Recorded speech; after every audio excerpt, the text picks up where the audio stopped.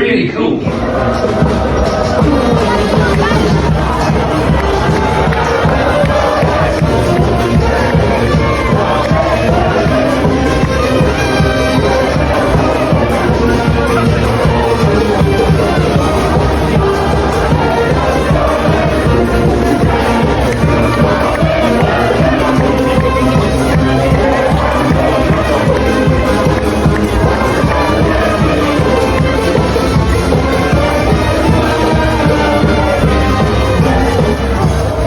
Bonjour and welcome to the Rosbifs Rugby podcast, your one-stop shop for all things French rugby. So that's top 14, Pro D2, Nationale, and all the stuff in between, which are the towns, cities, bars, and delicious grub of France. I am Rob. I am again doing the intro because Richard Croney is not here. And for all you fans of regional accents, Rhys Jones has earned himself a return to the Rosbifs Rugby podcast for the second week in a row. Rhys, hello. Hello, Rob. I'm very well, thank you. Even better. I thought I might be one of the great one-hit wonders of our generation, but thankfully, I've managed to get the call up again, thanks to Richard's Costa Rican honeymoon. But I am excited to be back and really looking forward to this week because there's a lot of exciting stuff to get through right across the piece. And sometimes it's best to go at the top, which you might know you might find one day, but I can go out with my head held high and say, I left at my peak, but I'll continue to listen to the podcast to see, what happens over the coming weeks. Yeah, because you don't want to miss out on any juicy tips for trips to France or anything like that, which is what we're also all about. But anyway, I think this week we just want to get straight into it, don't we? Because it was a fantastic weekend. Personally, I think the last 8 or the quarterfinals of the Champions Cup, I genuinely think that is my favourite weekend of the rugby year. Really? Yeah, I think it's all the weekends of all, genuinely, because you get the quarterfinals, you generally get 4 epic games that are all going to be tight. They're all going to be ferociously competitive with some great supporters, some great atmospheres. Whereas like Super Saturday, you only get like 3 and they're all on the same day. Autumn Internationals, you never know quite what you're going to get. If it's like a final of a competition where you only get 1 game. Whereas the quarterfinal weekend, you get the whole weekend, wall-to-wall, top-level rugby with some... And just like some of the down the years, like the Heineken Cup has produced some of the great epic games. It really has. And I think the one good thing, really great thing about quarterfinals is you don't have it like you do in sort of the previous round where you get some teams, and I've got thoughts on this, but take a second string side thinking they're going to lose away from home. Everybody is coming full throttle because everyone thinks they've got a chance. Everyone is playing. They're in the mixer now. Yeah, they're in the mixer. You are 3 games away from winning it. You don't have to think, it's 4 games. Have I got, is it the Pro 14? Where do we stand? These are 8 high quality sides who are completely in the mixer. And they've got absolutely nothing to lose by throwing everything at it, whether it's Exeter, even if it's away from home and the others fell on, they've got nothing to lose by throwing everything at it. So it is a very exciting weekend. And on that note, shall we get so we're going to run through the Champions Cup. We're going to touch on the Challenge Cup quickly. We are, of course, going to talk about Pro D2 because there are some people listening to this just for the French rugby stuff. We're going to touch on Nationale because at the top of that is carnage. And then, of course, we are going to finish off with some Petit-Fours and some Digestifs. But with no further ado, we are going to delve into the Champions Cup. And the way we're going to do it, we're going to kind of combine our review of the last 16 games from last weekend with looking forward to the quarterfinals coming up this weekend, but kind of in like a chronological order. So the first quarterfinal is Bordeaux hosting Quins. And that was actually the first game of the weekend, Quins versus Glasgow. Did you watch it, Rhys? No, I did not. I was actually out on Friday night. I've watched a couple of highlights. I'm desperately disappointed about this game, I've got to be honest. I was gutted by the end. I don't technically have any skin in the game there, but I'm not a massive fan of Quins. And my Scottish allegiances did make me want Glasgow to win. I was gutted by the end, but it was an epic. It was a really, really entertaining game. the Quins scrum was very much on top, but their line out was shambolic, and Glasgow's line out was very much on top. So it's very rare that you kind of get like that.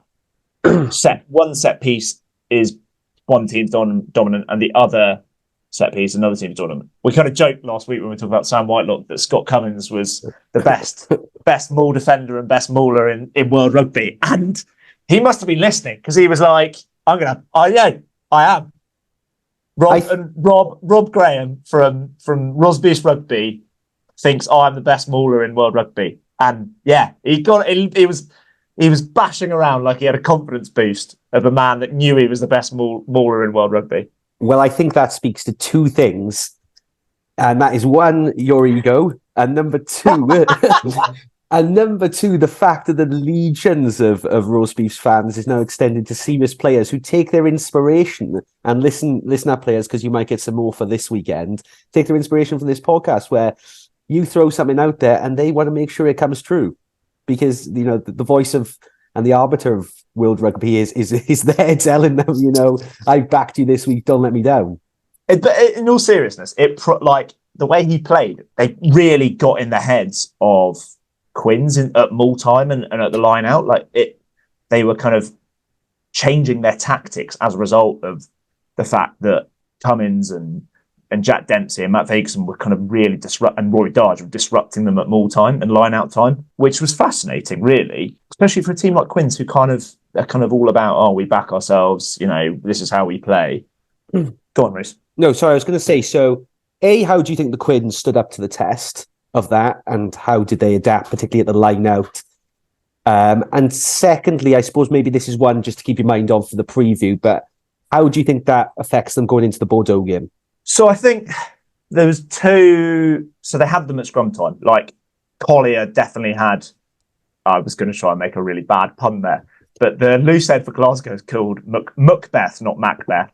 But Collier, key distinction. It was double trouble. It's Hubble Bubble, isn't it? It's not double trouble. It was double trouble for Macbeth with Collier and then Dylan Lewis. Like they every scrum was kind of struggling. There was a lot of scope for scrum penalties. Marcus Smith was brilliant, and I think the commentators, there's something I noticed, like it was Ben Kay and Rory Lawson, they were brilliant at like pointing out all the subtleties of Marcus Smith's game and like why what he was doing was so exceptional. And that's kind of what you want from a commentator, not just Lawrence Dalio. Just look at that. You want them to explain why it's good and how they've done it and how that sets them apart. Monsieur Trilini was fairly whistle happy. Yeah, I caught a little bit of that. That's not out of character. Yeah, Quins were great at the breakdown. I think the worry for Quins, though, on Marcus Smith and Danny Kerr, they have no depth. Like they played the whole game and they had a 6-2 split. So they didn't bring a back off the bench. And I've seen Green, the reserve scrum half, in the flesh against Leicester, and I can see why they didn't bring him off the bench. Maybe that's their edge he needs. That's the boost he needs. He'll be an absolute world beater this time next year. Quins, I think, just about worthy winners, but it was a great game, really, really even game. If we just touch on the game that they were qualified on Friday night, they were like, we don't know whether we're going to Bordeaux or we've got Saracens at the Stoop next weekend. The next game was the following afternoon, which was Bordeaux hosting Saracens. And you watched this. I did watch this. I think the gulf in class was laid horribly bare. I think Sarries obviously aren't the team they once were, but Bordeaux were magnificent. I think some of their running lines, ball in hand, I think Sarries were caught out a few times. I think that Deporter first try, where, the sort of lines, the pace they were running with, the balls, the movement, just completely did Sarries a few times. And that was Deporter's first try, which sort of summed up the whole Bordeaux performance. They were quality in the pack.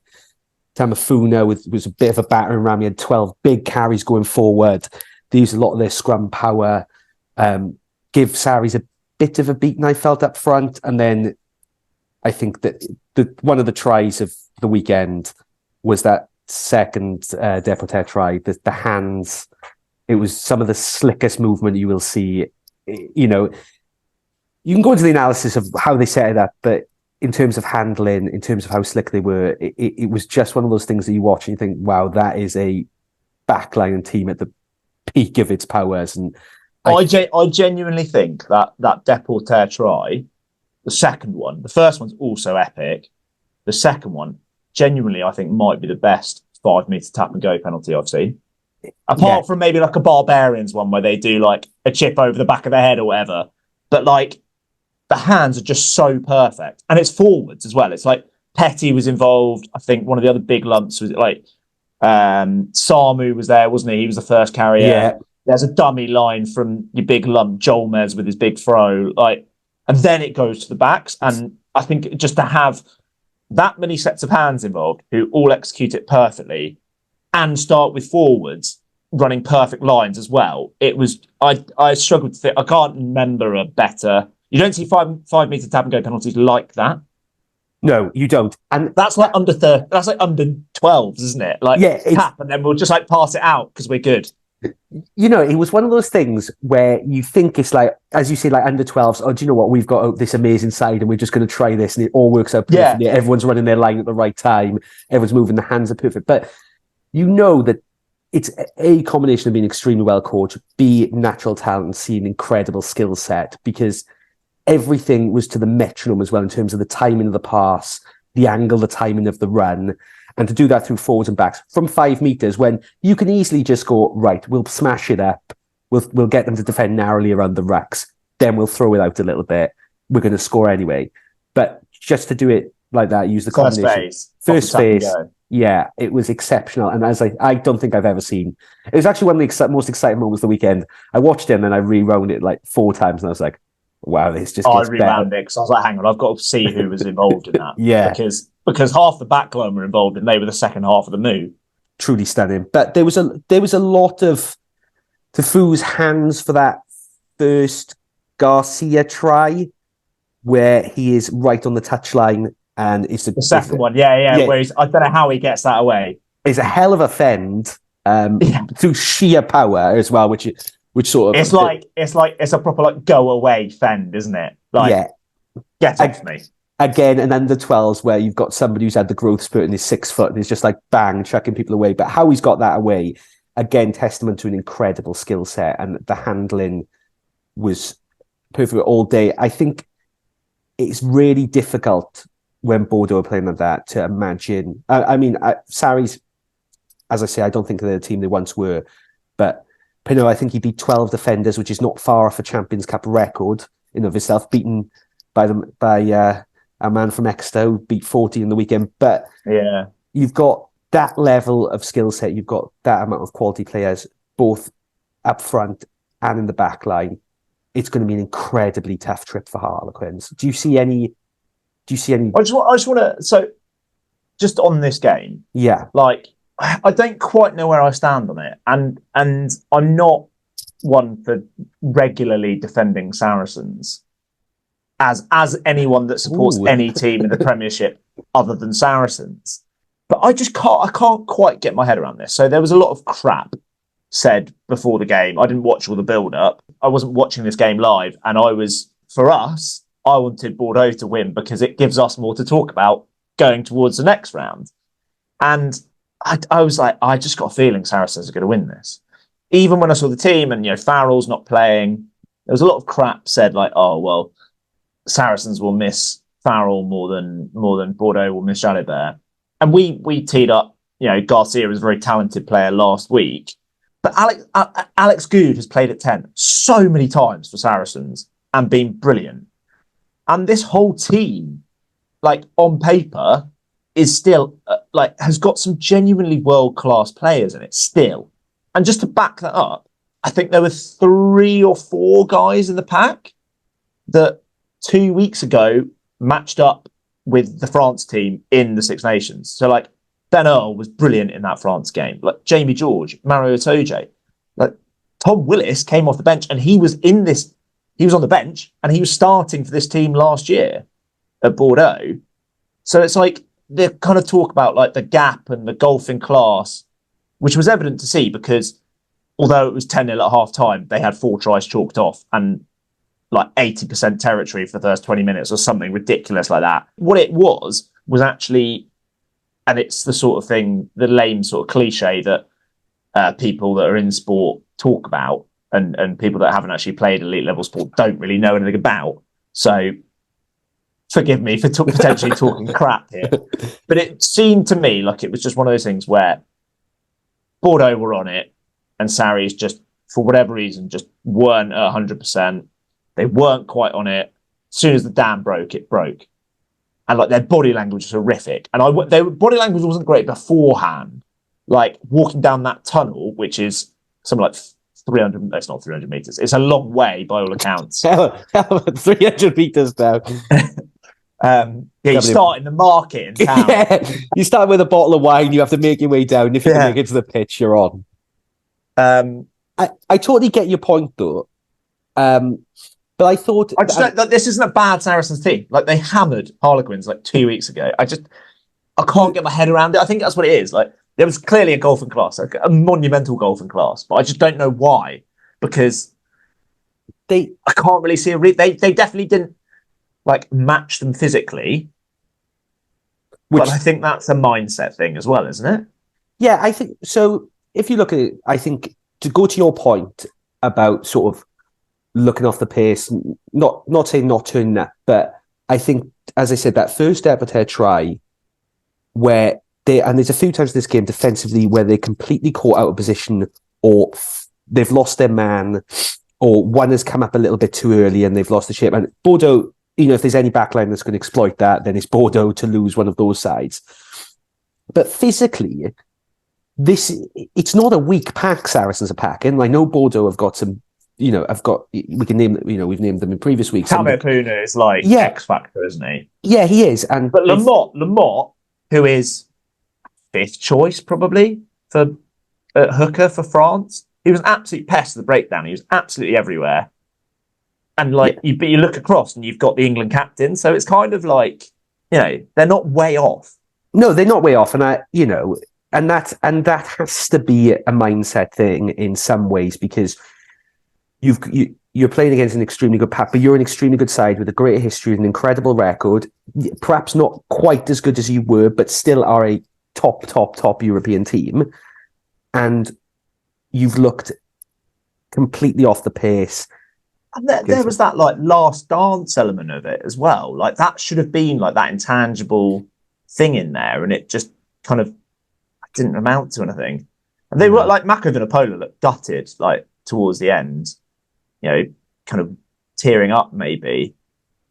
It's quite well documented that he's leaving. I can't see it. If he's trying to get a contract in the top 14, I'd be surprised. That's got Montpellier written all over it.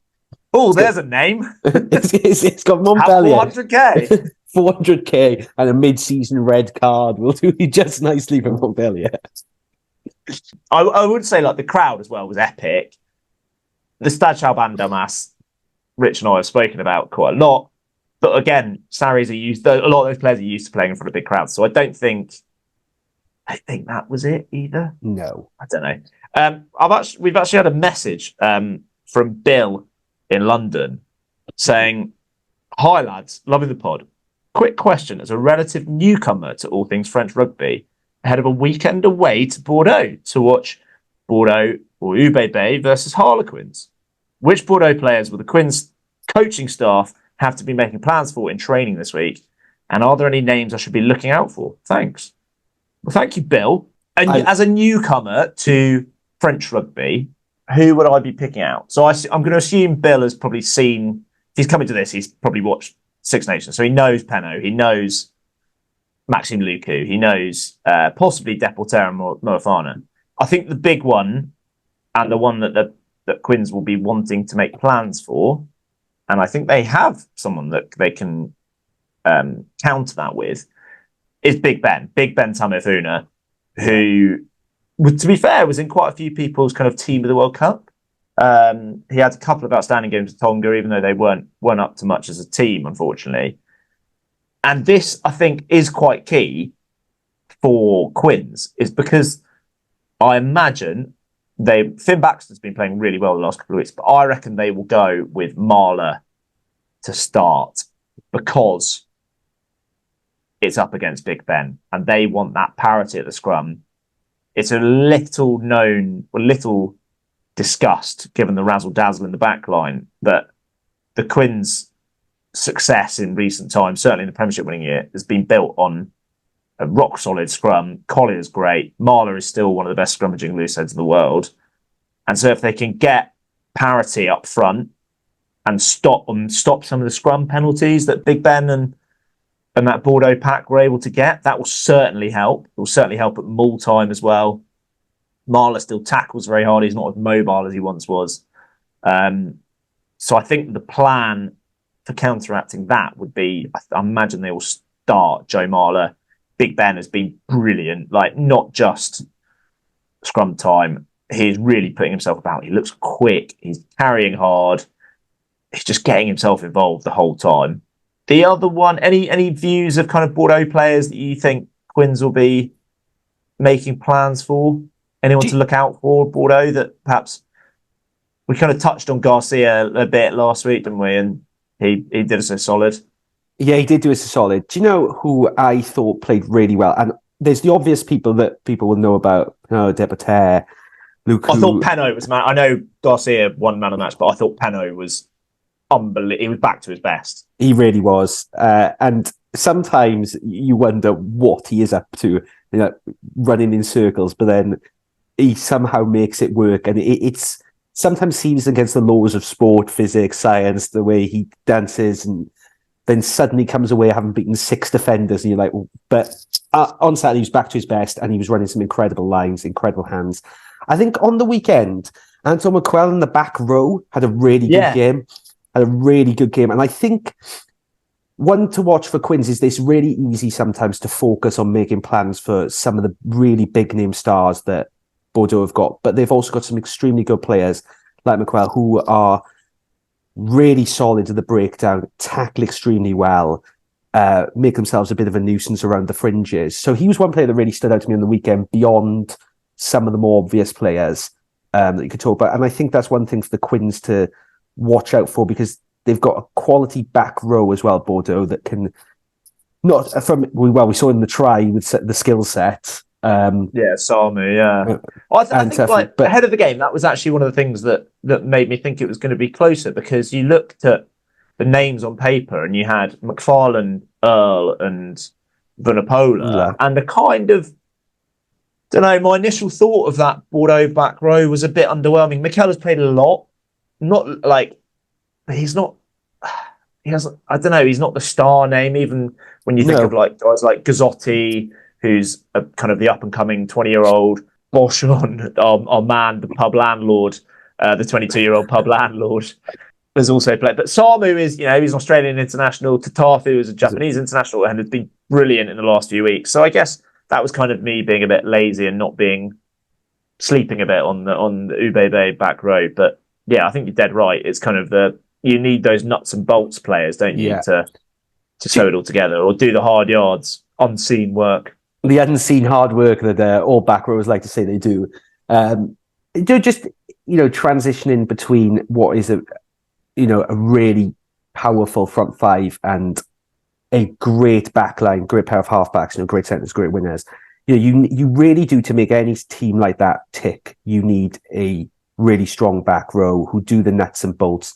You don't necessarily have to be star names, but who are there, on someone's shoulder when they're making a run. They're the first to the breakdown. They are there getting over the ball, helping out all around the fringes, tackling hard. And all that seems just nuts and bolts back row work. But to make a team like Bordeaux work, they have to be working as well. So I think that's something to watch out for, because obviously if Harlequins can get the upper hand at the breakdown in the back row, then Evans is great at the breakdown. That could be an area that they target, because Bordeaux don't have that fetcher. It's kind of shared across the pack with Big Ben doing a little bit. Lamotte does quite a bit. And Don Brandt as well. Like, will he, he's going to have to make some hits. He can be good at breakdown. He'd be good at ball in hand, but he's going to have to do some tackling as well, you'd imagine. And there's been question marks at the top level on Don Brandt of, is he physical enough? And does he have quite the engine enough compared to some of the other world-class back rowers to kind of make it at that top level. So it'd be interesting to see how he goes in this game as well. Yeah, I think there's a bit of a question mark on him, given some of his performances, particularly at the international level and some of the big games where he is. And he's got talent, and he's shown a lot of skills and played some great rugby for Quins, but at that really top level against the top sides, whether it be internationally or, Bordeaux are as good as many an international side. And it's going to be a crucial test for him this weekend. They're going to need, it's kind of obvious to any Quins fan, but they're going to need him and Esterhazen to punch some holes, because for all that Bordeaux have that dazzling attack, their defence in the two biggest games I've seen them play recently, so the Saracens game and then Toulouse game a couple of weeks ago, their defence has also been excellent. Saracens were going nowhere, and Bordeaux's defence was excellent. Yeah, I think it's something we touched on last week as well, saying that whilst Bordeaux, obviously, naturally the eye turns to Pinot, Deporter, because he's rapid. Because he's rapid, and the step.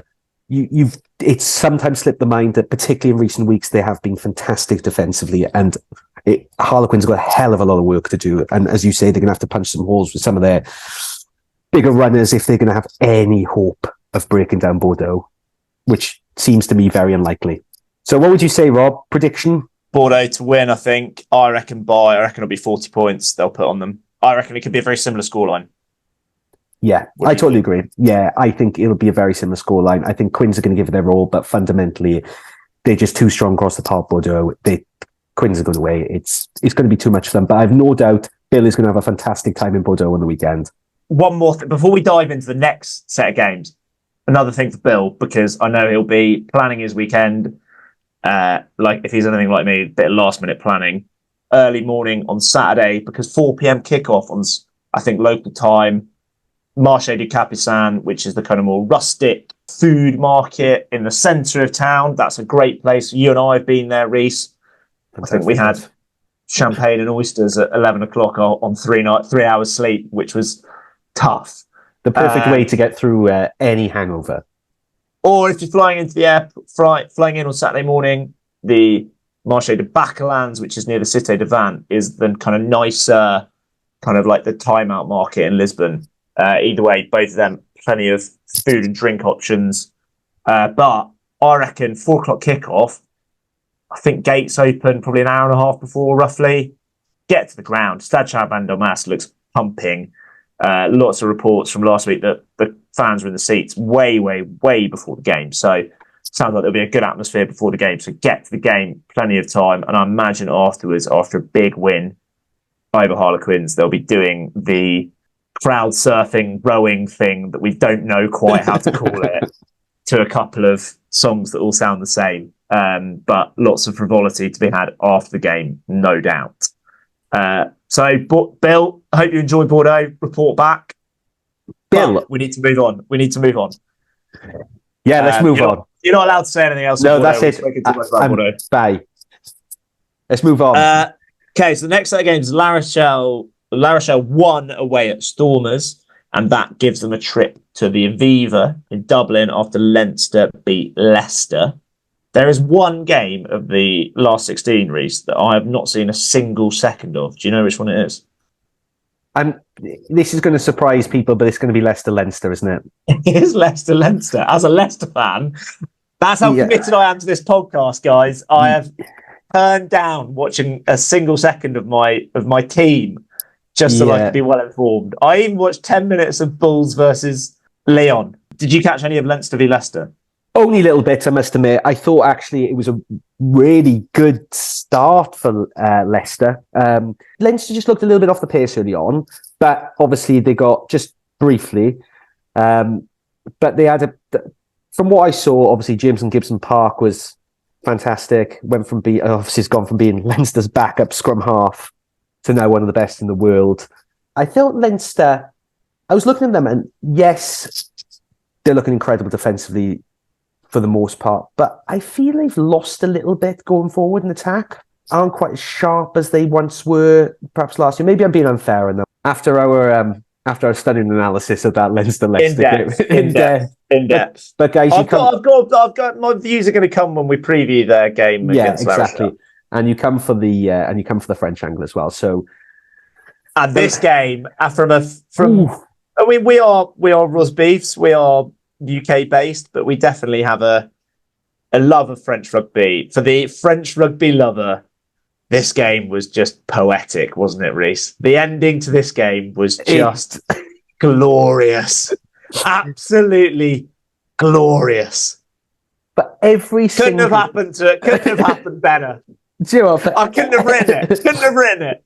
We were texting at the time, and I was like, I've just seen Lebock miss a last minute kick. Poetic.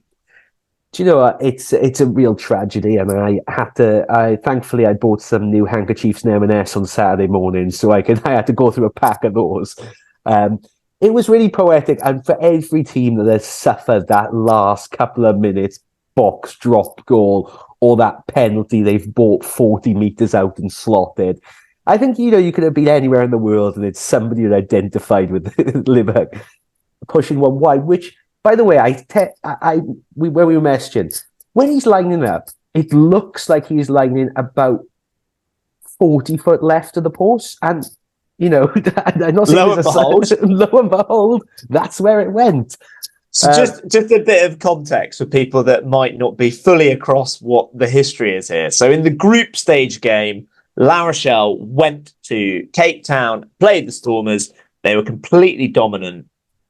And in the last minute, Stormers scored a try in the corner. Manny Lebock, having been dropped from the South Africa team during the World Cup because his goal kicking wasn't good enough, then slotted the touchline conversion for a completely unmerited victory over La Rochelle. And it put La Rochelle kind of staring down the barrel of exit after winning the tournament 2 years in a row. They then kind of rallied with some thumping wins in the last couple of rounds. But it did give us the kind of rematch in the last 16 of, again, La Rochelle going to Stormers for that away game. And in the last minute, a beautiful crossfield kick, it has to be said, from Manny Lebock, finds Hartzenberg. And Bob Skinstad by this stage was fully in partisan mode, kind of saying, why didn't you go closer to the posts? He really was. He's got three men descending on him. Oh, that's a penalty. How's that not a penalty? But yeah, and then Manny Lebock missed the conversion this time too, which would have won them the game. It's brilliant. But justice, I think. Justice. And I think more than just kind of an anti-South African and pro-French narrative, I think there is kind of an element, and it's an issue in this guise of the tournament. There is still that thing of like, it just feels better for the tournament for La Rochelle to be in it, and Stormers not to be in it. Like, I think maybe a lot of neutrals wanted South African teams in there, but I don't know. I think you want the two-time champs going up against a team that they've beaten in the last two finals as well in the next round. I think this competition for me is all about like heritage and the history of like certain clashes, and this is a clash coming up next weekend which is dripping with that. So I was fully supporting La Rochelle in this one. Yeah, I think there's definitely been that thing as well where this happened when the South African teams came to the URC, and there's still, and no doubt they've raised the standards, where there is that thing about how they fit into the heritage of clubs that have played each other for many years, who have got long rivalries.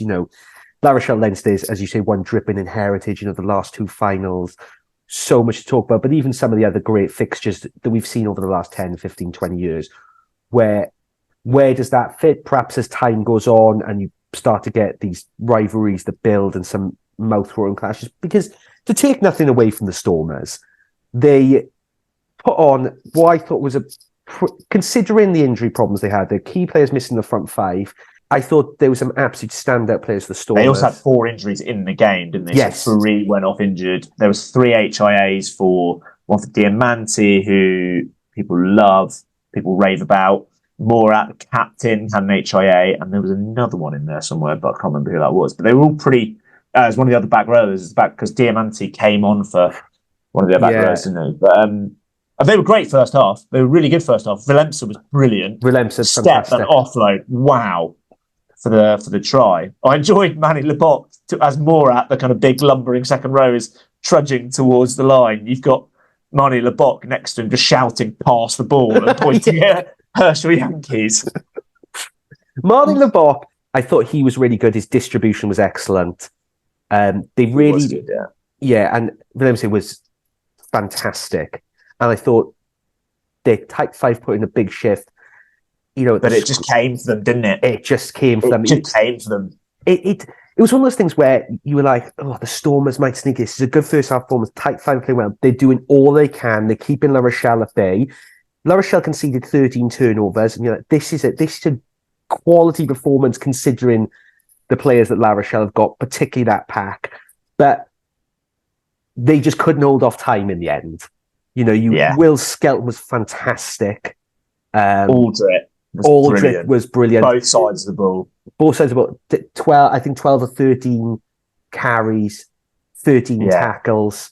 He was outstanding. So his physicality was essential to that turnaround where they really broke them down in the key areas, whether it be, the Stormers scrum stayed pretty strong towards the end.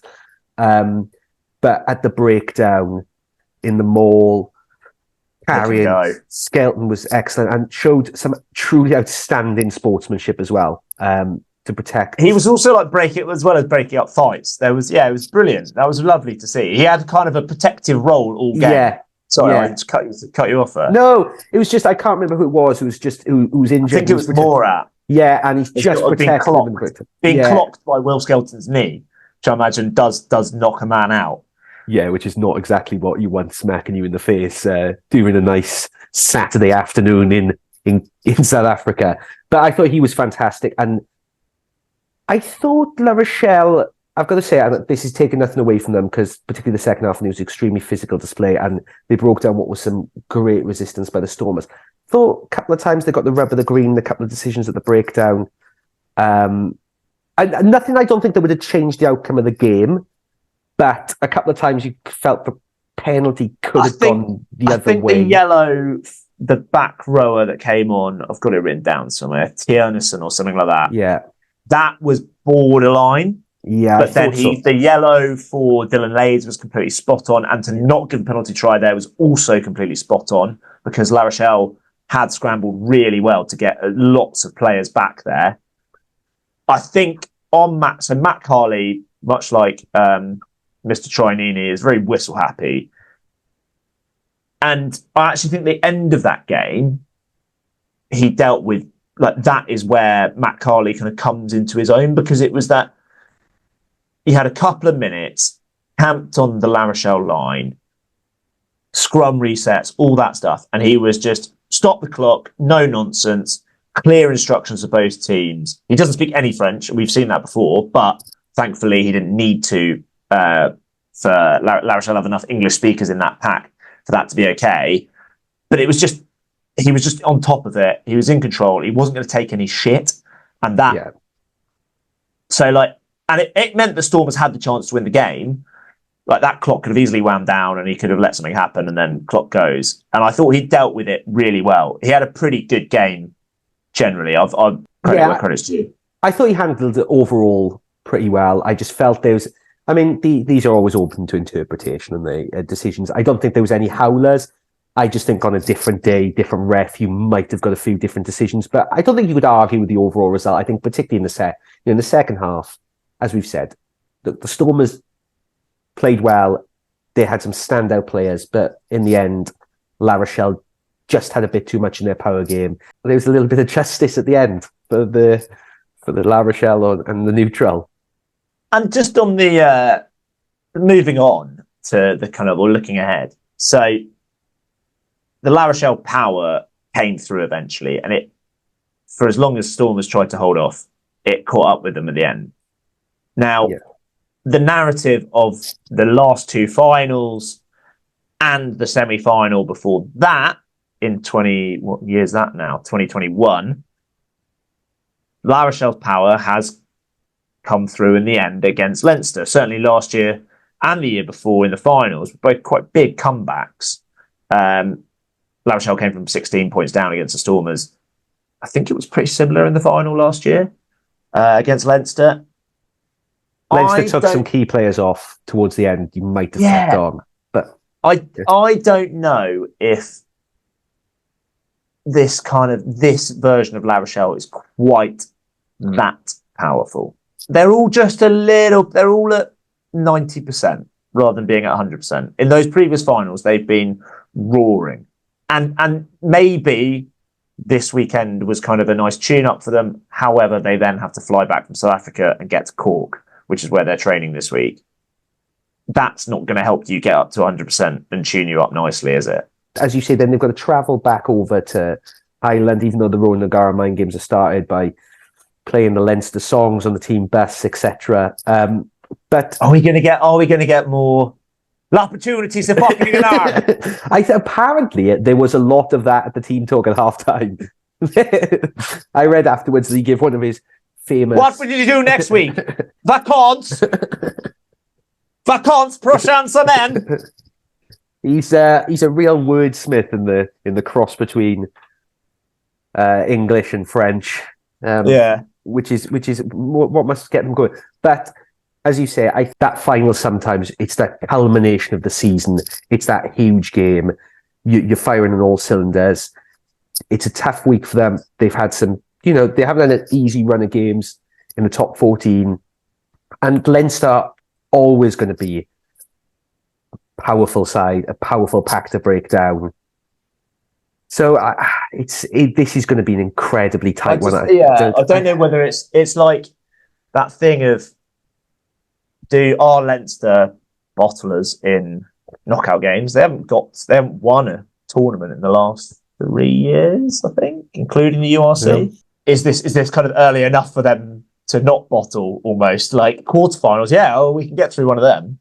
Well, you say that, Rob, but Ireland rugby has never managed in the Rugby World Cup to get past that quarterfinal. Very true. So, perhaps it's that curse maybe of the quarterfinal might hurt them this time, but you might. Go on. No, you go. I was going to say the key thing as a Leicester fan, thinking about last weekend and looking ahead to this weekend, Leicester didn't have Tommy Rafell, Ollie Chesham, George Martin. So you've got two big lumps and a fetcher. La Rochelle will be going into this game with Bottier, who is Rafell levels of breakdown work. They'll be going into it with Skelton, who is George Martin plus when it comes to being physical. They've got, they don't quite have, Sazzy anymore, but so Elton Delan, Chesham's probably a bit more physical than that, but you've got an international level second row alongside him as well. So you've kind of the three key players that Leicester didn't have. La Rochelle have people that fit that role who can make a big difference in a game against Leinster. Like they can stop Leinster getting the quick ball by making a mess of the breakdown much better than Leicester can. They can get over the game line with some big physical carriers much better than Leicester can because they've just got more of them. And you've got Skelton and Antonio who are better ball carriers than, as much as I love him, Dan Cole and Carl Hatherall in the second row or Harry Wells. Like, there's just more carriers in that pack, which could really be the difference and beat up. We've talked about the relentlessness of La Rochelle's forward pack coming to get you. That could happen. Again, it could. I think, it's a more difficult prospect against Leinster for La Rochelle. But I'm just really torn on this. There's one player that we've not mentioned that I really, really want to mention because I just love watching him play, and it's interesting him coming up against Jamison Gibson Park. But Tawara Kerbalo, I love watching him play. He's just a complete nine, and it makes you realise just how good that New Zealand team was. That he was third choice Yeah. behind Smith and Perinara in 2015, and he is phenomenal. Like, his passing is so quick, so crisp. He's the first at every breakdown. Like, he's so fit. He makes so many cover tackles, and he's physical enough that he can bundle people into touch when he's making those cover tackles.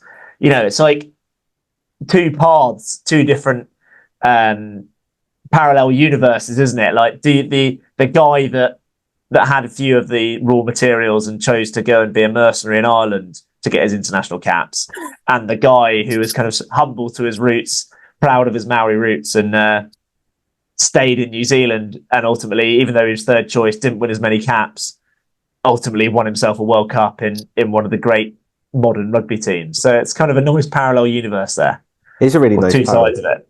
Yeah, sliding doors. Yeah, well, it's always the option if you're a great Southern Hemisphere player and you can't quite make it. You know, you're probably third, fourth choice. You can always just go grab a load of caps for Ireland, or indeed Italy, or maybe even England. I reckon Leinster have got to be scouring Super Rugby as we speak. Oh, Ireland are as well for a fly half. For a fly half. So, yeah, but that would be a fascinating matchup. Because Leinster, they're not getting Crowley. As much as they want to redistribute the wealth all to Leinster, I don't think they can convince Munster to get rid of Crowley. They've got Snyman. I think Crowley might be a different prospect. But that is one area where Leinster, I think that Gibson Park, he's a great scrum half, but I think that 10 position with Byrne is where they're lacking somewhat. They're really missing it. Hastoy has gone off the boil so much. Yeah, and this is where you're probably looking at two really quality nines who are playing extremely well versus two tens, just not quite at their best. Who are not quite at their best. Who quality players, but aren't quite their best. Can't quite get things going as they have over the last. Fragile mentally as well, both of them. There's a little bit of doubt as to have they got the minerals. Yeah, and particularly, it goes back to sort of that point about, I don't think Leinster, maybe that's part of the reason why they don't look as crisp at the moment, because Byrne is off the pace. Obviously, they're missing Ringrose. But I think this... Where's your money going? Where's your money going? I'm going to say Leinster by 5. I think I agree with that entirely, which doesn't make for great podcast. No, and I think that Leinster back row is really going to turn up. Leinster have got an outstanding back row, a serious back row that'll have to turn up big time against La Rochelle, and I think they will. And I think at home they will just have enough in the tank. It's one of those games that generally could even weigh, but money with the mouth is Leinster by 5. Next game is going to be Saints hosting Bulls, which is an interesting matchup because Bulls Lyon was a completely one-sided. As we predicted, Lyon did send the Shags. They've got bigger things to worry about in the top 14. They are 12th. They've got a great home record, but and they've got a great pack, but they didn't send any of those players, and they were away from home. Bulls, a physical team with some quick backs. That's kind of all I know about them, to be honest. I don't watch the URC. I've not been that enamoured with watching them in the Champions Cup this season. Saints I know quite a bit about because I watched the Premiership, and that Munster game was epic. That was so thrilling, so high tempo, high ball in play. I think Munster are they've not actually kind of quite as successful in the Champions Cup as people think. Yeah, they've won it twice, but they're so embedded in the history of this tournament. They're just always there. I think they embodied the tournament, like that kind of the crowd, the travelling fans, the fortress home stadium, and just pulling big performances out when they really need it. And I thought they were going to do it. Tyburn is an absolute phenomenon. But my God, the tempo that Saints played with. The Bulls, just to touch on them for a quick second, it's difficult to sort of not tell a lot because we know the Bulls are a good side. They play really well in the URC and they've played well this season. But it's difficult to sort of extrapolate too much from the Lyon where they've sent the Shags and got an absolute pasting. But at altitude. But there's still going to be a stern test for the Saints with the quality of player they've got and the experience they've got. I think I'm intrigued to see. It's an interesting matchup because Saints have improved significantly physicality wise and defensively. Like, that's the big thing that people are talking about this year with them. I think the big element of this is the travel. I think this is where it comes to it, because they've got to come over from South Africa. Okay, Saints have a 6-day turnaround. Bulls have had a full week. But given that what Saints did was run Munster off their feet, and yes, a slightly ill Munster team maybe, but they ran them off their feet with the pace, with the tempo, high ball in play time. Can they live with that off the back of what is going to be a relatively down week in terms of training? How will Bulls match up when it comes to game day? I personally think Northampton's tempo wins them this game, and just if they can keep that tempo up and get over the gain line enough and be physical enough. That is probably one thing that it makes it tricky for them, is the travel, because just to turn around, even though they probably didn't get a harder run out as they probably should have on the weekend, it's a long way to go. I'm going to go against the grain here. I'm going to say Bulls win. Bulls physicality, and they match them for the pace. Yeah, I think they can. It's. I can see it happening. I think they can match them for pace. I think they can match them tempo again. But I'm going to go Bulls. I think Bulls by 7. Okay. And we will preview and review the next set of games, which involves Toulouse, after this interlude, which may even be an Allez Toulouse song, if you're lucky.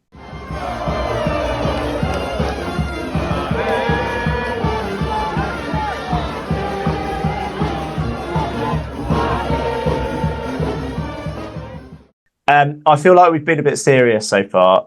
I want to pick up something just before we move on to the Toulouse Chiefs game, about the Saints game, and that is the remarkable likeness of Mike Adamson to everyone's favourite politician, Matt Hancock. Oh, God. I've never thought of that. Oh, my word. Anyway, the final game of the weekend will be Toulouse v Chiefs. So Chiefs versus Bath was an interesting game. If you didn't see it, Sandy Park is renowned for being windy. I've watched a lot of Exeter games, both at Sandy Park and on TV. I don't think I've ever seen it quite as windy as it was on Saturday. The wind affected all games. And remarkably, the wind affected the game in South Africa as well, the Stormers game. But the Chiefs game was so windy, and Bath decided to not get to grips with the wind and kept trying to kick into it. And Chiefs just played it better. They were kind of happy to keep ball in hand, wind into, wind behind, but mainly wind into. They were happy to run through the phases, and that worked for them. And Bath the injuries hampered them. So Finn Russell went off after about 16 minutes, I think. Cam Redpath went off in the second half, which meant that you had to shift Orlando Bailey out to 12, not his natural position. Ben Spence had to play 10, which isn't ideal. Another classic example of a 6-2 split not working. And Chiefs were and they also completely outsmarted them on the pitch, which is remarkable for a team that is that callow. Few key highlights in this. A comedy knock-on from Alfie Barbary off a kick-off. It went 15 metres straight into the arms of Ross Vincent off kick-off, and Ross Vincent just flew in. The best bit of the game was better than Ross Vincent. Ted Hill catching one time in the first half when they were playing into the wind, where the box kick worked for Bath. Ted Hill caught it and ran it in from 50 metres, and he pulled away from Manny Fayuboso and Josh Hodge, who are basically two of the quickest players in the Premiership. Ted Hill he didn't streak away, but he had enough acceleration to get away and held that distance away from them, it was amazing. I was laughing. It was brilliant. But this game was kind of really about, the wind, but it was about Fayuboso. He was the only contribution we have had from Richard Croney this week is that he broke a record in a knockout game for defenders beaten. When you consider how good Peno was against Saracens the weekend, being 11 defenders or 12 defenders, to beat 14 Fayuboso was incredible.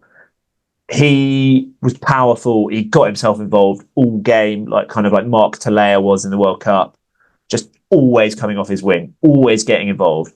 You don't expect a winger who's that young to be your main kind of momentum giver. Like there were certain instances where he would kind of be on a short line or pick and go type thing, where he is making that bust, and then off the back of that, that's given them the momentum. You know, only making a yard or two, but it gives momentum to Roots, to Chunza, to Jenkins, to Fizilau, like piggybacking off your winger, which is mental. But he was phenomenal, and it you could see the lift that his performance gave to those players. And I mean, we'll go on to the Toulouse team in a minute, but there is something really special about this iteration of Chiefs. And I think this game also, as much as Bath didn't quite play it right, it was also a lot about Exeter playing it right, and that embodiment of just playing a bit of smarter rugby, and that embodies kind of Rob Baxter and Ali Heifer and how they go about their rugby, or how they've always kind of gone about their rugby. There is something special there. They've got some great players. We'll come on to how they might get an away win, but it's going to be a hell of a task because, well, I don't think anyone has seen the last 15 minutes of the Toulouse v Racing game. Someone pulled the plug. Probably a Racing fan somewhere in Paris. Some Canal Plus players, subscribers in France, have definitely seen it. But the Toulouse team going into it, I looked at it on paper and it was flawless. Like, I just couldn't see a weakness. And the one thing that is great about Chiefs, all those youngsters, the one youngster that doesn't impress me again and again is Harvey Skinner. And if I think Ramos could be back fit, we don't know. There's every chance that Toulouse could have in their matchday 23 5 players who are genuinely better options at fly half than Harvey Skinner. Yeah. If you think Dupont, Entomac, Ramos, Kinghorn, Malia would all do a much better job as a starting 10, but it just shows their depth. They didn't even need, I mean, Kinghorn's goal kicking took a bit of time to get going. He was quite good at kicking in the game we watched. He actually kicked really well that day. He is a very much like, one day could be 100, one day could be 50, like Bowden Barrett. Like, you could look at him sometimes and think this guy's never missing a kick, or you could be like, oh my God, how is this guy first choice kicker? Yeah. Why is one guy had 10 pints of tenants and is suddenly having a few pops at the post? Yeah. That said, man, with this Toulouse side, you particularly at the as well on, you aren't. Why bother kicking? You don't need a goal kicker. You don't really need one because you're probably never going to be in a very rarely in a situation where you're going to go, oh, we're going to need that penalty in the 78th minute to squeeze us through. I think this was just such a horrific matchup for Racing. Like, I think I've talked about it on the preview during the week or on last week's podcast, but Racing just aren't, for a French team, they aren't very physical. No, and it really showed. They just couldn't get anywhere, really. Jordan Joseph is a physical player, but he's clearly not in the best conditioning because he has had so many injuries and lost a bit of form. And presumably, as still a young man, lost a bit of confidence. And they were so reliant on him to try and give them something. And Toulouse's defence was great. I tell you what it really showed for me is you particularly saw in the third and fourth try where... Did we see those? We saw those. I don't think we saw the fourth one, did we? No, I've seen it on highlights. I'm not sure if we saw the fourth. No, we might not have because Aki was the fourth one, wasn't he? I have seen that on the highlights. I saw him literally run over the line. That's all I've seen for that try. Because somebody in the Lerantha Dismonting has just ripped out the cables for BT. But where they lack physicality, I thought it was quite noticeable, particularly around the breakdown, around the ruck, particularly as it got close to their own line, they'd get very narrow, which really exposed them to somebody like, Dupont, who's got an extremely crisp delivery on him, where Toulouse run really great lines, where they just bunched him because they lack a bit of that power. Toulouse have got a big pack. And then it just exposed them for that third try, one pass, running a great line, try. Yeah. For the Aki try, a couple come out, but they are men-like because they just simply do not have the power or the physicality around that breakdown area. So they're having to defend really narrow when it comes close to their own line. And then it's not even a case of chucking out wide. They're exposed even from one pass, one line being run, which, if you're going to beat Toulouse, you can't do it. It just exposed the weaknesses of that Racing team, particularly, I think, in the terms of their physicality and in terms of, particularly around the tackle area that they had. There aren't that many teams that wouldn't get narrowed up by that pack. But I think the thing about that as well, that Labelle try showed the value of like having playmakers just in your outside backs, because I think it was Kinghorn to Malia and then on to Labelle, or other way around, Kinghorn Malia. But you've got two playmakers there in your outside backs that you've seen people cock up that 100%. And it was no like, I'm going to try and have a run here. It was, no, I'm just going to fix the man and just play. Like, it looked like kind of a fly half in the outside channel. Like, that's kind of what you get. Alexandre Roumat that's the best I've seen him play. I think he was brilliant. Yeah, he's fantastic. And you were talking earlier about the Bordeaux back row being nuts and bolts and doing what they need to do to give the opportunity to the kind of flair players. No, like this back row for Toulouse just completely sums that up. Willis and Cross and Roumat. Roumat was a bit more showy, but Cross and Willis are just so good and so consistent at tackling, clearing out rucks, doing the little short carries when they just need someone to give them get the ball away to someone, line out work, tackling, breakdown. They just do everything all the time. And I think they're so key to giving Toulouse the ball that they need, and that as much as Miafu and Malvaca and getting over the gain line does as well, without those guys, they've got the two of the best flankers in Europe.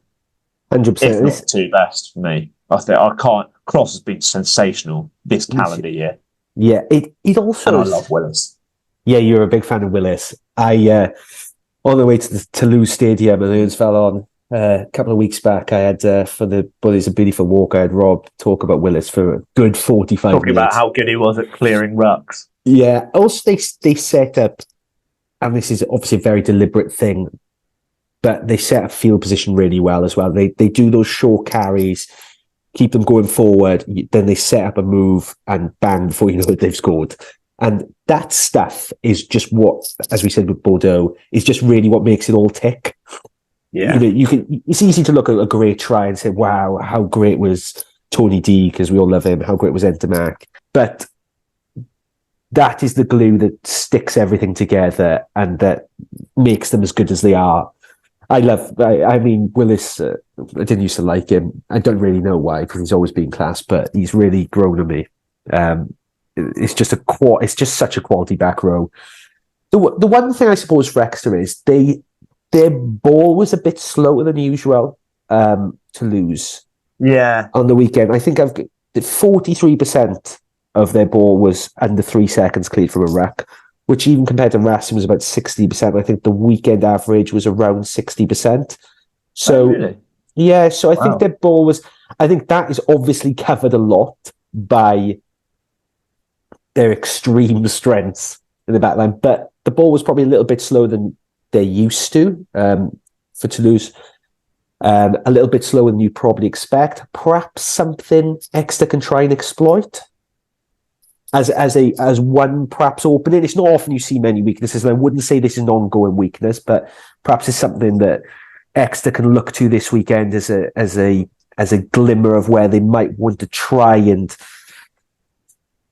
attack for Toulouse, to try and slow that ball down in any way they can, versus, particularly once Toulouse get going, they start to get points on the board, the dam can break really quickly, so perhaps that's an area they might want to target, but easier said than done, rather them than me. I'm sure this line will be trotted out many a time this week, but this could be men against boys. Like, there is something special about this Chiefs team, and they will have to find some reserves of that specialness.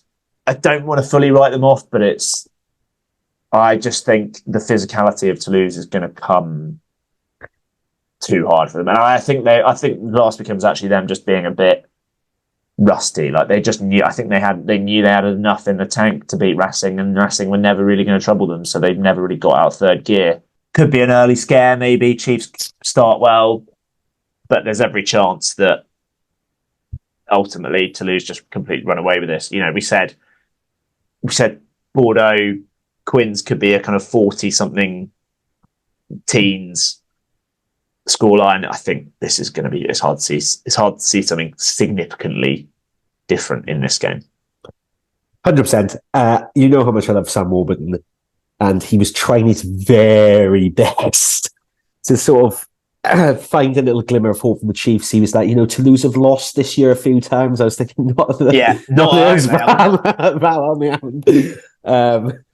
Sorry, Sam, as much as I love you, but it's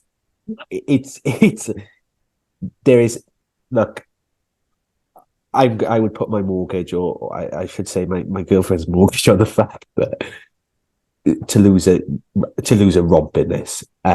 This is simply just too much for them at this point in time. Where Toulouse are, where they are, you can easily see it being 30 plus Toulouse's way. And while there might not be much to be enjoyed for Chiefs fans travelling to Toulouse this weekend, on the Sunday, if they are flying out on the Friday morning, they could go to Agen, which is not what we did. Agen versus Angoulême. So Agen's about an hour on the train from Toulouse. Or they could do what we did and go to Montauban. Montauban are at home to Nevers, a must-win game for Montauban. Yes. Two good, entertaining Pro Day de games there. Angoulême and Montauban both scrapping for their lives in the relegation battle. We've just got to go through the Challenge Cup. Me and Rob last week, if you were listening in, talked about which French team might turn up, which might not. We were proved right. We got his brilliant, relatively spot on in terms of the turned upness. We did. I think there was, just to go through some of the fixtures quickly. There was a great win for the Ospreys at Bridgend. The Bridgend Ospreys. The Bridgend Ospreys. Leith is going to be kicked out of that fairly soon. As the Ospreys are trying out new ground, so they got to Bridgend. It was a really good performance, great scrum. Why did they not? But let's not go into that. Let's not go into that. Don't bait me, because this broadcast will turn into 2 hours as we turn into drama. But quality performance for them. They are going to play Gloucester, who will come on to in a sec, but just round up some of the other games. Benton, which we said handily beat the Lions. Then we had the Sharks absolutely tore Zebra apart, which was completely unsurprising as well. So we'll go on to some of the French teams, and I think you said we probably got it nigh on not too bad. Cast probably the ones that sort of surprised a little bit. I mean, they did send a weakened team. They did, but they did pretty turn much. Up. But they did turn up with Well, it wasn't first choice. They did turn up.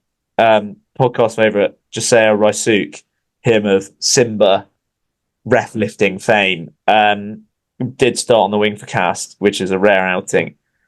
A couple of weeks ago, we talked about how Richard equals Cast and Cast equals Richard. And I realised another similarity this week, in that sometimes when away in Europe, sometimes Richard or Cast just don't feel like being there. They get maybe a little bit homesick, and they're there in body but not in spirit, or they're there and they would really just like to be at home, enjoying some home comforts. And that is Richard on the odd random trip to Europe, and it's also Cast in Europe largely. It's very, oh yeah.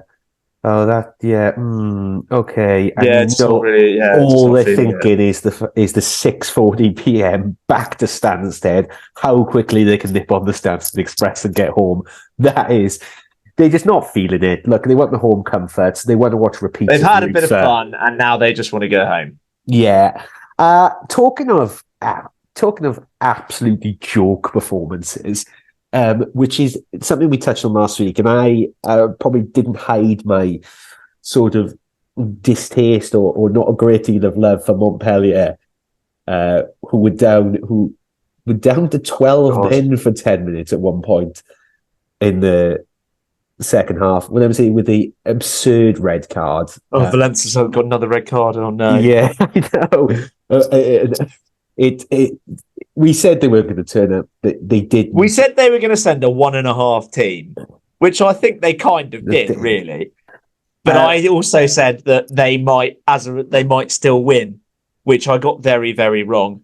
Well, Ulster they're a pride, and they're pride in Europe, and they sent a full noise team, and they're on the way back up after a pretty torrid season.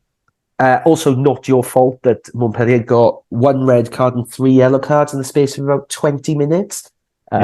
Which sort of, for me, sums up most of their season, or the headlessness. What's happening 1 minute is totally different than what's happening the next. But Clermont managed to, which I think is an important win for them after only winning 1 in the last 6 in the top 14. They left it really, it's really tight towards the end, 27-22. But I think it's an important win for them. Any sort of reflections, or what do you think? What it means for them? I think, Clermont v Ulster on Saturday afternoon. I've already seen some hype on social media on the Clermont accounts. 10 years ago, that's an epic kind of classic Cup semi-final or something, isn't it? I think of the runners and riders, I'm unchanged on where I was last week, and that I think Gloucester or the Sharks are the team winning that. It's just whether the Sharks can be bothered to kick into gear as they did kick into gear last week. I still think the winner comes from those 2 games. So Ospreys do have an outside chance against Gloucester, but I think Gloucester are really keen on this tournament. Edinburgh, they've got to go to South Africa. That doesn't help, but I still think Ulster maybe if they're on the way back up. But yeah, I think I'm not moved. I don't fancy Benton. No jokers though. They can give it a good run. They're not. But I think when it comes to it, semis and final, then they're not winning it. No, I agree. I think. Yeah, Poe sort of a bit unlucky, but at the end they got a sin bin right at the wrong time. But there's a few good fixtures to look forward to next week. I think Gloucester Ospreys will be good. Clermont Ulster should be a really good one, as you say. It's sort of one of those 2 sort of faded giants of yesteryear, sort of fighting their way back. So there's some really good matches there to watch next week. And I think probably that sort of covers the Challenge Cup. Challenge Cup done. And I think French teams will turn up. The one French team that is left will try and turn up in this game. Yeah, I think that's our conclusion. Here comes Nostradamus with another classic of the genre.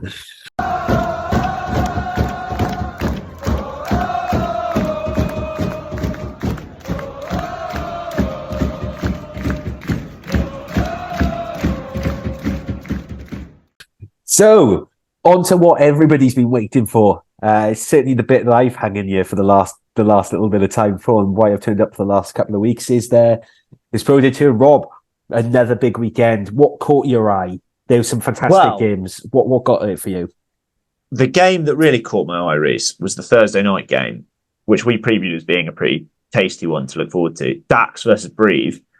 27-10 to Dax, which puts them in 4th.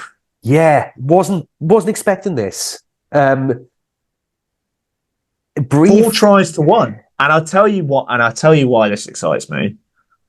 So as much as Brive are the team that we kind of think might come through, my man, I called him out a few weeks ago when we did our first intro to Pro Day, Joe Nicera, 2 tries and an assist.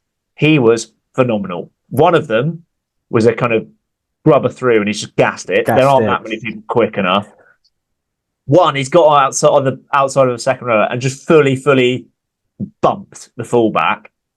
And then the other one was kind of classic winger off your wing, off an inside ball. Like, just brilliant. Like, loved it. Loved watching him play. I'm thinking either someone else sign him up or let's get Dax into top 14 so we see more of him because he's phenomenal. Yeah, I saw the tries, and I mean, I've kept an eye out for him since I heard it then as a mere listener of the podcast. And as much as I hate to credit you, he was phenomenal. And it's a really big win for Dax. They've got a huge game next week. They go to Van, Yeah. which is a mouthwater. I tell you, which is a game that two games that really got me going a little bit. Which one really unexpected. I didn't think Ron Normandy would win. Zia didn't help himself with a red in the 21st. But yeah, and the highlights for this are useless because you don't see what the red is for. No. You see Tim Nanai Williams just kind of running in basically sideways with his arms by his side, with the shoulder charge to get a yellow.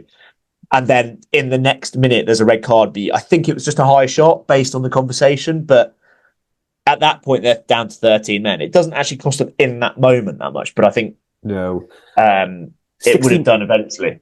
60-metre drop goal as well. From Gaban Law, yeah.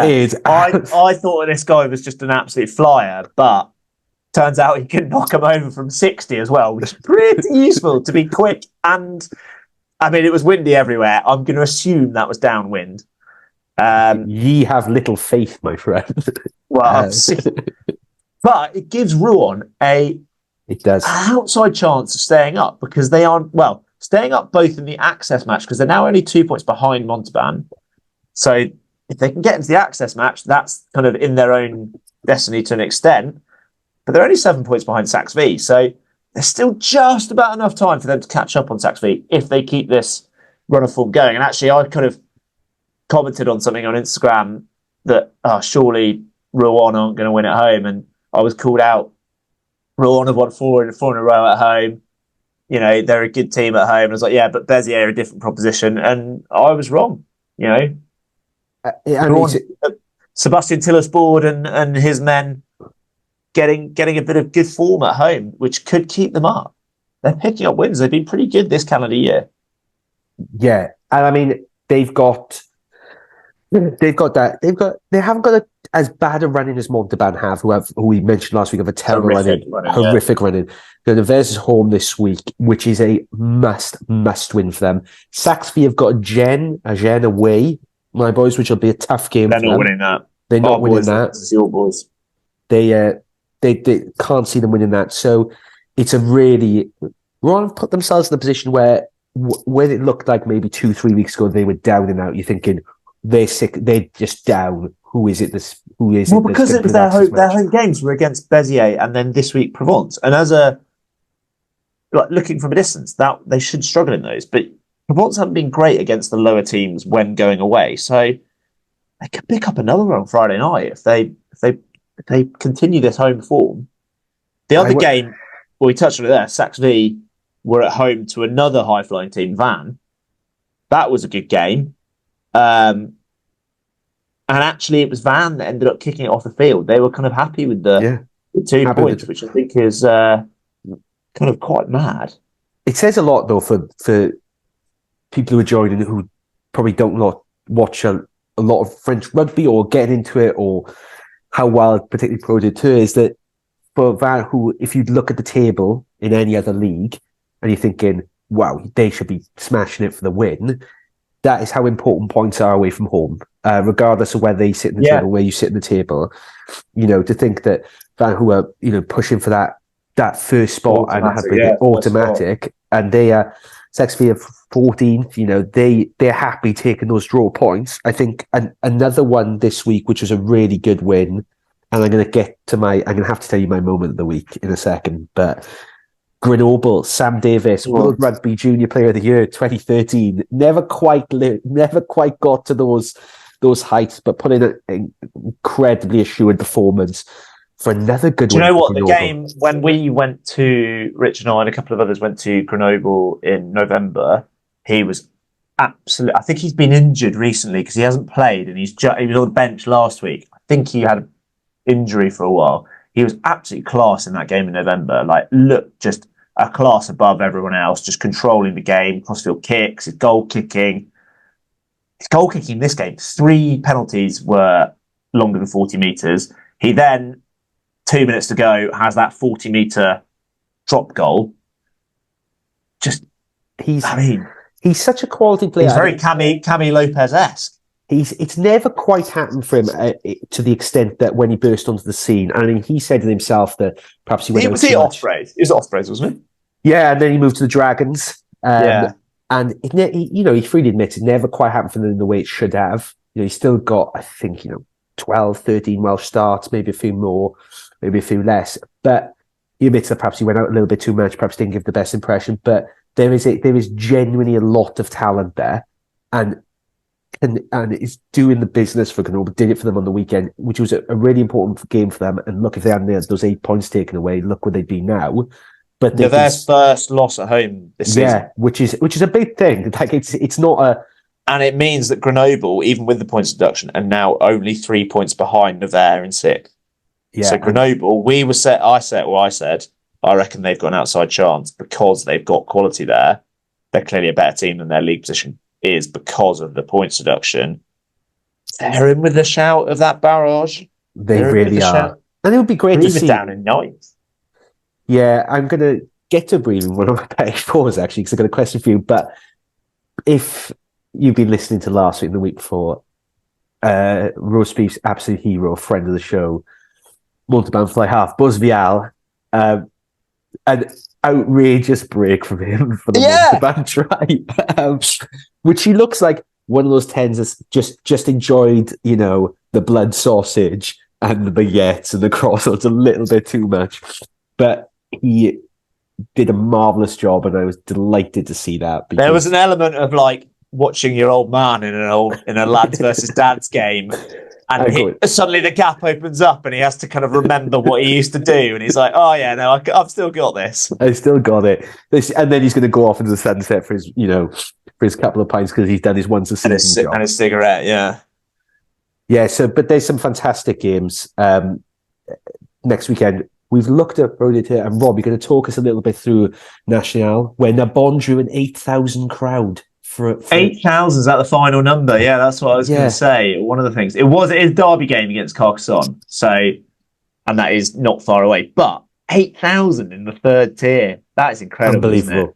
Unbelievable. I just want to. So this actually took me quite a while to get my head around because I was looking at the table. There is one round of fixtures to go, but some teams have played 25 games and some teams have played 24. And all of the fixtures, all of the sites just said there's one round of fixtures left. And then I kept looking, and actually there's some games which look like catch-up games. I assume some games were rained off or something like that. But this Friday, we have a repeat or a reverse. Carcassonne are hosting Narbonne. Oh. So, yeah.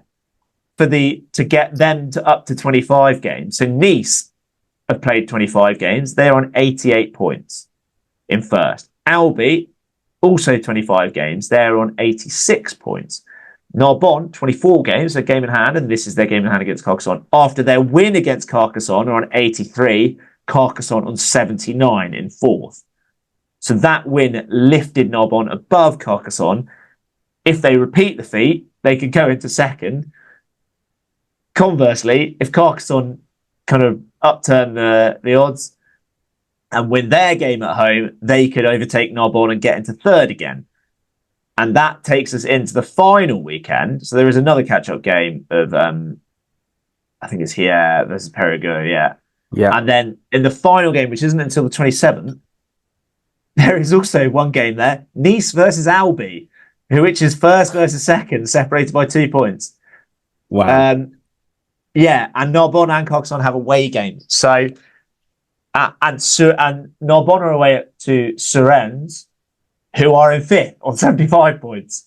So it's all to play for in the top 5 or 6. Chambéry are kind of also in the mix, but they can't get higher than fourth, I don't think. But I mean, it's all going on, and they'll definitely be wanting the home semis. It's not the kind of 2 places go up now because of the access match. Obviously, we can't watch it, but the crowd numbers in that league, fantastic. I think Bourg-en-Bresse got about 3,000 as well. Phenomenal. But I'd love to be watching some of those games as well. these leagues are just the gift that never stops giving. Even when you go down, you go down to the Nationale, it still stays as tight. It's still the drama. Gonna have to find a way to get some of these in at some point into the travel schedule. The mention of Bourg-en-Bresse there brings us on to the Petit-Fours, and where better to start some Petit-Fours than with a glass of wine, or as Bourg-en-Bresse are doing, their second ever edition of Sport and Wine, which is this Thursday, held at Bourg-en-Bresse's ground. Couple of speakers of note. One, Remy Lamarat, who owns a vineyard, former Bordeaux Clermont player. Other speaker of note, ahead of this game, at lunchtime on Saturday, Christophe Urios, the director of rugby for Clermont, will be talking about his vineyard at the Sport and Wine evening for Bourg-en-Bresse. I think there was like a cyclist and like a skier. Oh no, it was a cyclist and a motorsport driver. We're also going to be talking at this. But is there anything more French than a Nationale team hosting a Sport and Wine evening and getting a top 14 head coach come down to talk about his own vineyard? Phenomenal stuff. That's truly tremendous. Yeah. And just before we get too carried away, because I, having texted you earlier in the week and texted Rich to say I can't find any Petit-Fours, I found some stunners as well. But we will briefly hear from Richard, and he sent us some lovely in-depth views on the games, basically saying all the things that we said pretty much. Although it seems he managed to see more of the Montpellier game than me and Reece put together. However, we'll just have a little intro, and we can blame it on the Costa Rican Wi-Fi, because I think that's why these didn't come through earlier. But hello, gents. It's your Central American correspondent who unfortunately has not found any Central American rugby stash whilst I've been out here. There are a lot of fantastic, genuine, fake bits of football kit, but nothing on the rugby front. But I will keep looking, as that is obviously the main purpose of this trip. Fantastic weekend of Champions Cup rugby by the sounds of things. I saw about 11 minutes of highlights across a couple of games, one of which might be slightly unexpected. Big shout. Well, that was Richard's view. The rest was, again, as we said, repeating a lot of things we just said. But nice of you. We'll just get, so you can remember his voice, and be prepared for Cast coming back home to top 14 rugby next weekend. Just a taste, guys. Any Petit-Fours or Digestifs from you this week? Yes, I do have one. Yeah, beyond wondering why Christopher Urios isn't spending more time on his side and his wine. Yeah, his wine. Perhaps that answers a few questions. So, Brive on Saturday sacked their attack and defence coach. Yes. Do you know the man that is mooted to come in to be defence coach for Brive next season? I saw this on Twitter earlier today, and he coached with I can't remember his first name, but Davidson at Cast. It's Joe Worsley, isn't it? It is Joe Worsley. Yeah. Yeah. So they could be looking at bringing the full Cast backroom team into Brive, which interesting if you've ever seen Cast defend from a set piece. But you know whether he was also at Bordeaux, I think, for a bit. He was for a bit. But it's an interesting one, and with Christophe Urios. Yes. Well, they've all been eating the wine. Wait till you go to one of those sport and wine evenings with Joe Worsley, Christophe Urios, one at Brive next season maybe. But they've had a little bit of a wobble, but sacking the coaches on the weekend. Did they sack Bruce Rehana, or is he still there? No, Bruce Rehana's gone. Because I was like, they've got an all-star coaching lineup. They got Bruce Rehana as well. No, Bruce Rehana's been in the dust. He's going off to run a vineyard. He's got a sport and wine drinks next Thursday. But I think his son actually plays in Super Rugby. But yeah. Oh, really? Well, yeah. That's what they call it. Well, I've got a little bit of a quiz for you, Reece. Okay. Looking forward to it. Barnaby Kuyu, the scrum half for Grenoble. I don't know for certain, but I'm going to assume he is. I'm pretty sure he is the brother of Baptiste Kuyu. Given he's a 9 who plays for Grenoble, which is obviously very near Lyon. He was looking for something on the pitch after the end of the game. Do you know what he was looking for? the missing 8 points from the start of the year. That's an interesting one. Wedding ring? No, he's looking for his front tooth. What? Tooth. He looks like tooth. Tough. Yeah, he was looking for his tooth on the pitch after the game.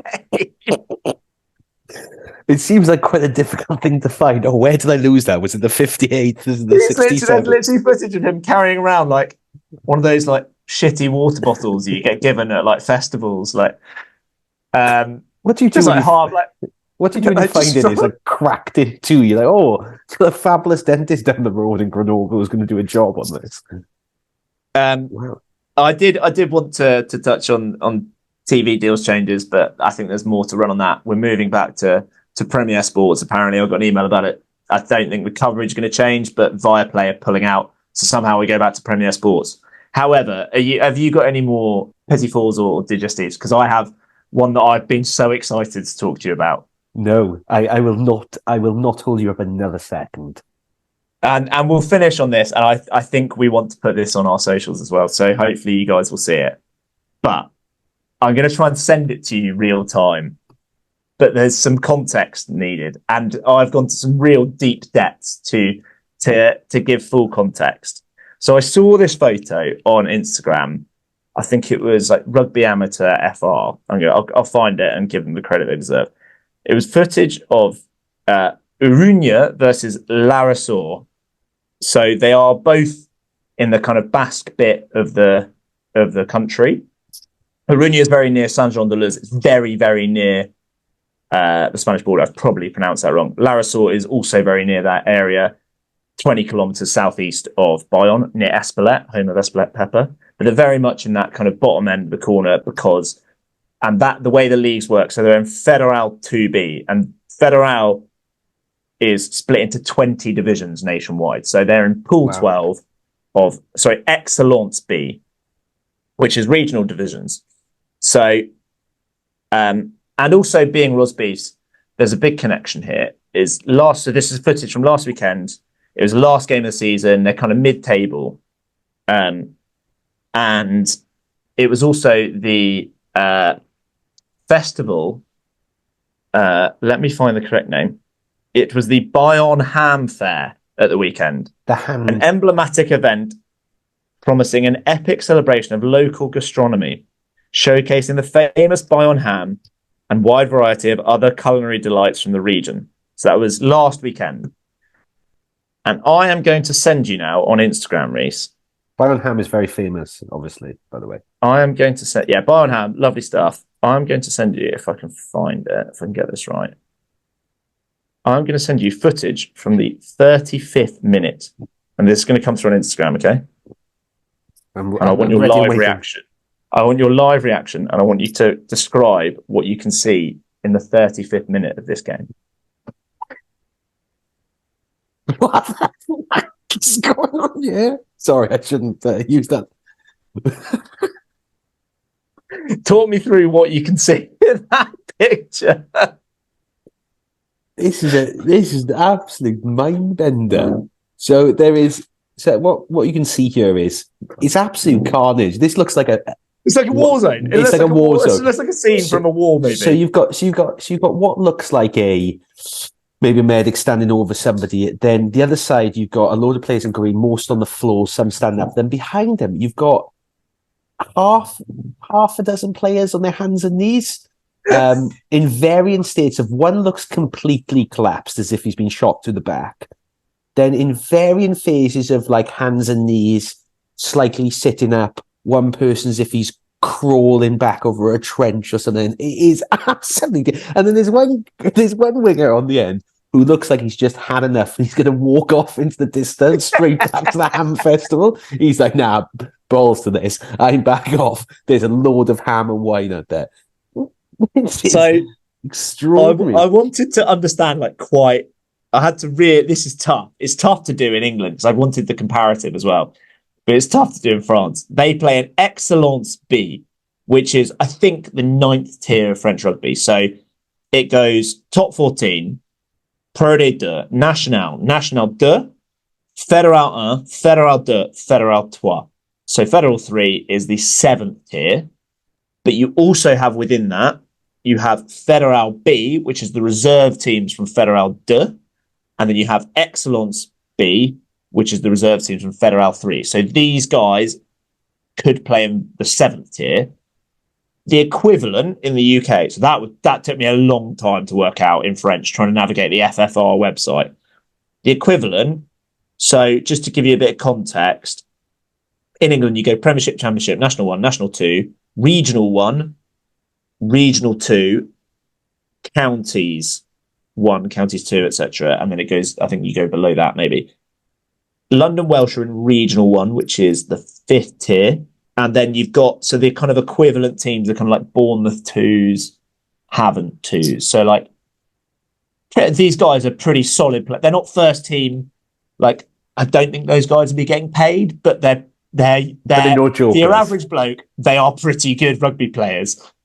But I would love to know if there's an equivalent on the last day of the season in a game where there's nothing to play for and there's like some sort of hog roast fair down in Bournemouth or something. If there's like an equivalent scene from the weekend in England, but just the state of despair and hurt that those guys are going through after 35 minutes. This really is one of those ones where, do you know when you and I'm sure many people will, whether it's hen do or stag do if you're listening, when you're sort of on that final day and you're having those drinks waiting for the, you know, your plane's in 6 hours and everybody is on their knees. This is the similar sort of scene where they, you know, I can imagine there's a couple of 1,000-yard stairs knocking around. If you could zoom in any closer to those players. I mean, I'm going on a stag do this weekend. If I end up looking like any of half the blokes on that pitch, I'm not going to be happy with myself. The personification of this photo is Richard on his final day of any European holiday, where he's just had enough. And this is it. He wants to go home. The towel's in. And on that note, I enjoyed finding that rugbyamateur.fr. We will give you a proper shout out on socials and share it properly on socials so that you guys can all enjoy this photo. But for now, thank you very much, Reese. I hope you enjoyed your 2-week period. Who knows? You may be back. Hopefully not. Yes. But make sure you'll follow us on. So we're on TikTok, YouTube, Instagram, Twitter, all as at Rosbifs Rugby. Until next week, when we'll have more stories of European and French rugby. Thank you very much. Au revoir. Au revoir.